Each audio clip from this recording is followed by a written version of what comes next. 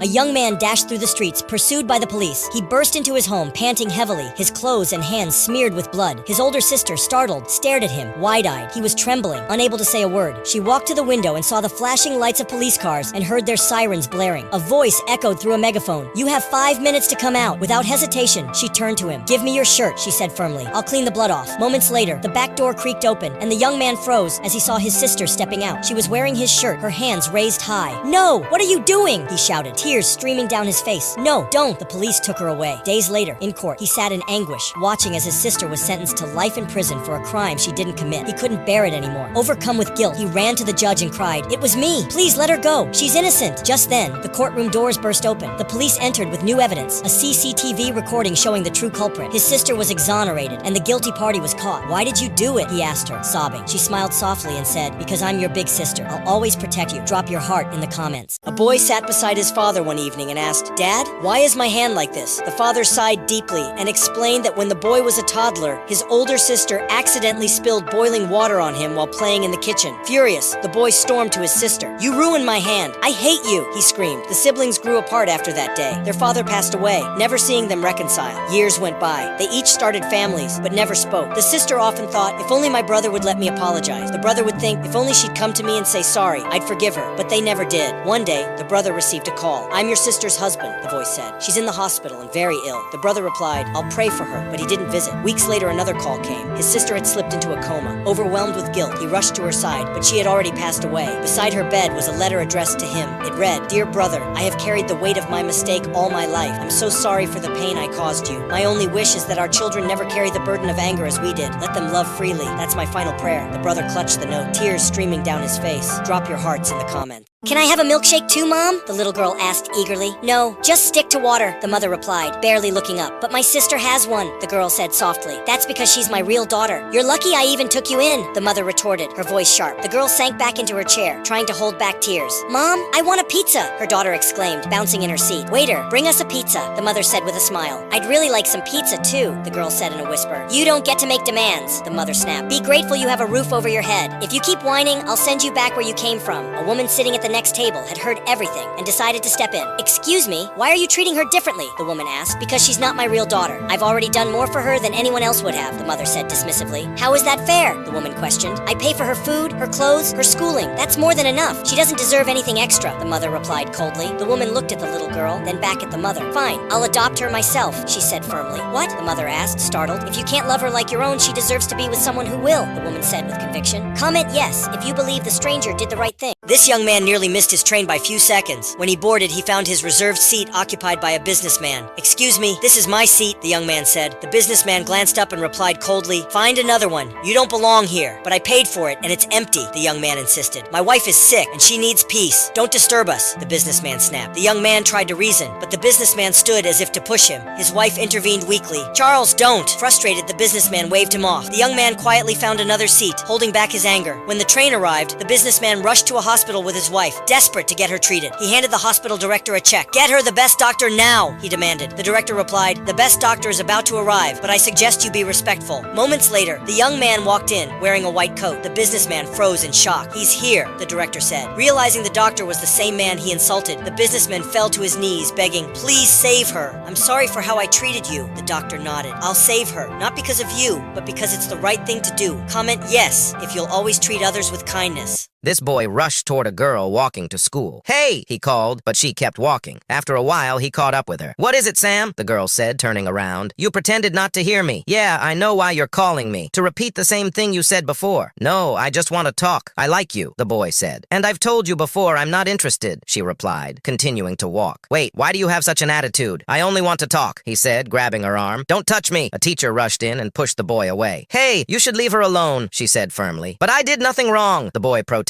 "She doesn't like you, so stay the hell away." The boy slowly backed away, his face filled with sadness. But a man standing nearby noticed something strange. Just as the boy reached into his pocket, the man quickly rushed over, grabbed him, and held him tightly before he could pull out a gun. "No! Leave me alone! I'm going to shoot her and everybody in school," the boy cried. "Calm down, son," the man said softly. "It hurts badly when you love someone with all your heart, but they don't like you back. But you have to brace yourself and walk away. Don't ruin your life. Rejection is part of life. Drop a heart if you agree.